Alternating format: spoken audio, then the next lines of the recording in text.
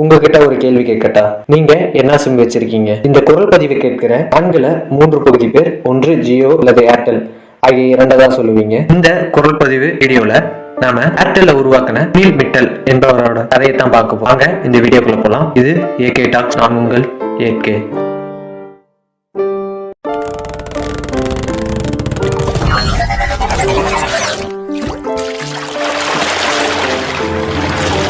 இந்த ஏர்டெல்ல உருவாக்குற கதை எப்ப ஆரம்பிக்குது அப்படின்னு பார்த்தோம்னா,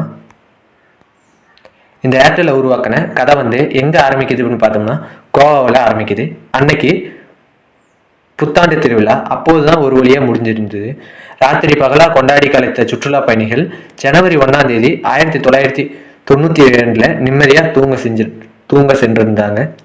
மறுநாள் காலையில வழக்கம் போல தனது தினசரி செய்தித்தாள் பத்திரிகையை புரட்டி கொண்டிருந்தார் சுனில் மிட்டல். அவர் தான் இந்த ஏர்டெல்ல உருவாக்கினவர். எக்கனாமிக் டைம்ஸ் இதழில் வெளியாகி இருந்த ஒரு விளம்பரம் அவருடைய கவனத்தை ஈர்த்ததுன்னு சொல்லலாம். முதன் முறையா இந்தியாவிலேயே மொபைல் தொலைபேசிகள் அறிமுகமாகி போகின்றன. இந்த சேவையை வழங்க விரும்பும் தனியார் நிறுவனங்கள் அரசாங்கத்திடம் விண்ணப்பிக்க வேண்டிய முகவரி அப்படின்னு கொடுத்திருந்ததற்கு அதுவரை மேலோட்டமான செய்தியை மேய்ந்து கொண்டிருந்த மிட்டல் ஆர்வத்தோடு நிமிர்ந்து உட்கார்ந்தார். எத்தனை வருடமான எதிர்பார்ப்பு, கடைசியில இது நிறைவேற போகிறது நிஜமாகவே அப்படின்னு சொல்லி மனசுக்குள்ளேயே நினைச்சிட்டு அந்த விளம்பரத்தை இன்னொரு நிதானமா வாசிக்கிறாரு சுனில் மிட்டல். ஒவ்வொரு வார்த்தையும் ஒவ்வொரு வாசகத்தையும் அவருடைய நம்பிக்கையை உறுதிப்படுத்துவதாகவே அவருக்கு தோன்றியிருக்கு. இந்தியாவிலேயே அடுத்த தொழில்நுட்ப புரட்சி இதுதான். இந்த வாய்ப்பை தவற விட்டுட்டா மறுபடியும் இன்னொரு வாய்ப்பு கிடைக்குமோ கிடைக்காதோ நிச்சயம் இல்லை அப்படின்னு நினைச்சிட்டு அந்த புத்தாண்டு விடுமுறையை அந்த வினாடியோடய முடிச்சுக்கிட்டு, இது கொண்டாட வேண்டிய நேரம் இல்லை, உழைக்க வேண்டிய நேரம், கஷ்டப்பட்டு ஜெயித்த பிறகு நிதானமாக கொண்டாடி கொள்ளலாம் அப்படின்னு முடிவெடுத்துட்டு அவசரமா ஊர் திரும்புறாரு. தன்னுடைய சகோதரர், நெருங்கிய பிசினஸ் நண்பர்கள் சிலரை அழைக்கிறாரு. அவர்களிடம் தன்னுடைய கனவை சொல்றாரு. இந்தியாவில் மொபைல் போன்கள் அறிமுகமாக போகின்றன, அந்த புரட்சியில் நாமும் பங்கேற்க வேண்டும் என்று சொல்றாரு.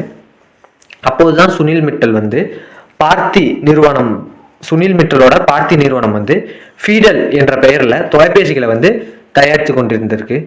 சிறிய அளவில் தொடங்கி படிப்படியாக முன்னேறி இந்த துறையில் நாட்டின் முன்னணி நிறுவனம் என்று பெயர் வாங்கி இருந்தாங்க.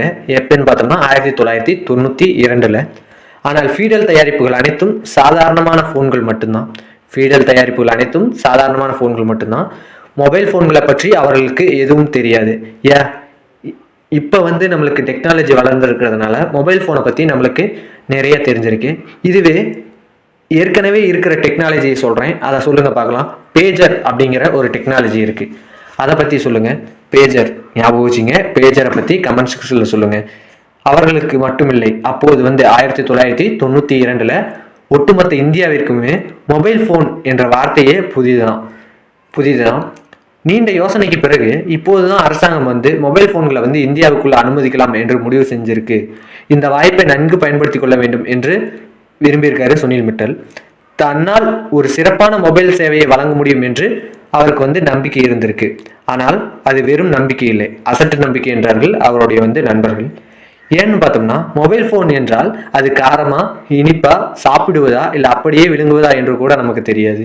வெறுமனே மட்டும் இருந்தால் மட்டும் போதுமா? அதை சரியா செயல்படுத்துவதற்கு தொழில்நுட்ப அறிவு வேண்டாமா? அது மட்டும் இல்லை, மொபைல் போன் சேவையை வழங்குவது என்றால் ஏதோ தெருமுனையில பெட்டி கடையில் அமைப்பது போல் சாதாரண விஷயமா? ஊர் முழுக்க மொபைல் டவர்கள் அமைப்பது, கச்சிதமான பிணைப்பு வலைப்பின்னலை உருவாக்குவது, தொலைதூர வெளிநாட்டு அழைப்புகளோடு அதனை இணைப்பது என்று ஏகப்பட்ட விஷயங்கள் இருக்குது. அத்தனைக்கும் கொள்ளை செலவு ஆகும். நம்மிடம் அவ்வளவு பணம் ஏது அப்படின்னு அவங்க ஃப்ரெண்ட்ஸ் சொல்லியிருக்காங்க. இந்த காரணங்களை அவருக்கு பொறுமையா எடுத்து சொன்னார்கள் அவங்க ஃப்ரெண்ட்ஸு. சுனில், மொபைல் போனுக்கும் நமக்கும் ஏணி வைத்தால் கூட எட்டாது.